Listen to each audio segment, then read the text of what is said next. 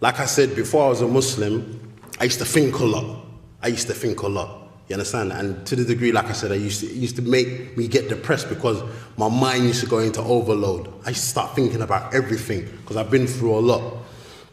Now, when I started looking into religion, I started looking at society and looking at everything that I see, and I say to myself, everything has a purpose. Everything. No matter what you look at, it's got a purpose. This microphone, this monitor, mobile phone, the bathroom, the camera, my jacket, my shirt, my trainers, everything has got a purpose. Then how all of a sudden, me as an individual, I don't have no purpose? I start asking myself, you know what? I know no matter what, I'm gonna die. No matter what, it doesn't matter where I hide. I can go live in the desert. I can go and live in lofty mountains. I know no matter where I go, I'm gonna die. So I start asking myself, wait, am I created for no reason? What's the point of me being on this earth and then just living and then, you know, having a family, buying a house, having some luxuries, bam, I'm gone. Don't make no sense. So I started thinking more. I'm saying to myself, wait, I know I didn't create myself.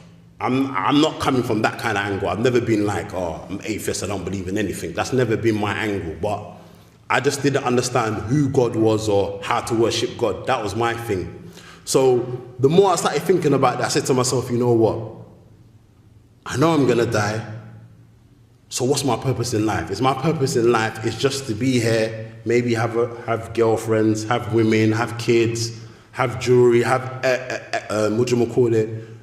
I don't know, luxury things, and then I'm just gonna die. I said, this don't make no sense. It don't make no sense because then God created me for a silly reason. So I started thinking, what's my purpose of life? And that's when you start looking at things like, you know, the prophets. I start reading about the prophets. I start reading about the prophet Moses and whatnot. And I noticed one thing when I started looking into all the prophets. They all call to the same thing. They all call to worshipping one God. You will never find evidence from any prophet or messenger where they call to other than that.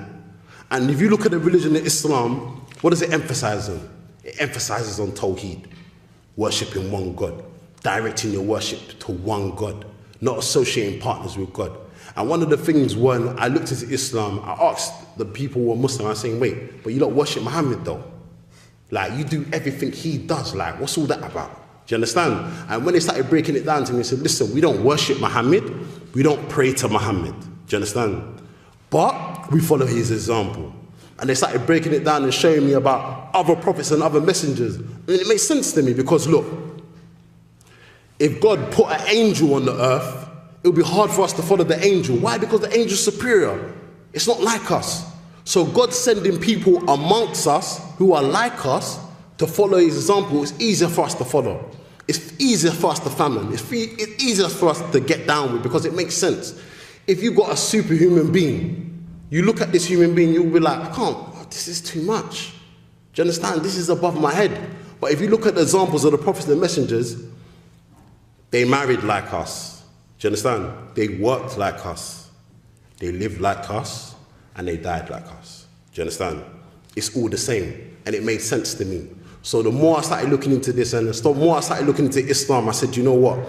This is the only religion I can see what has no contradictions. I asked so many people, show me contradictions in the Quran. It don't exist. It don't exist. Show me where in the Quran it tells me to worship other than God. It don't exist.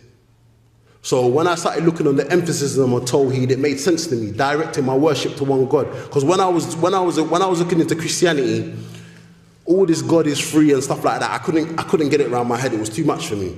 And the next thing, I'm being honest with you. I'm just going to be open with you. When they said to me, Jesus is God, and obviously I've grown up knowing that Jesus is a white man.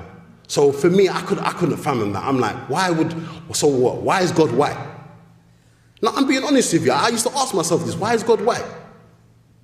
This don't make no sense. This is not fair. Why is my creator white? Like, so what? Is white better than me? Do you understand? And when I start looking into Islam and look at the examples of the Prophet Muhammad sallallahu alayhi wasallam, when he said in his final sermon, there's no difference between a black man and a white man. The only difference between us is through our deeds. I said, this makes sense to me. This makes sense to me. I grow up going to a church, I'm in a church, I see a white man on the wall, I'm like, this is too much. I can't get down with this. Like, I'm being honest with you. I can't get down with this. This is not fair. This is not fair. Why is my creator white? Just like Nation of Islam. Why is their creator black? It don't make sense. So it makes, okay, if God is black, so what about white people and every other race? How are they going to feel? Do you understand? So it's the same thing. So when I started looking into Tawheed and looking at the values and the teachings of Islam, I said, you know what, this makes sense to me. And it was easy for me to accept Islam after that. So that was the main reason for me taking Islam as my religion.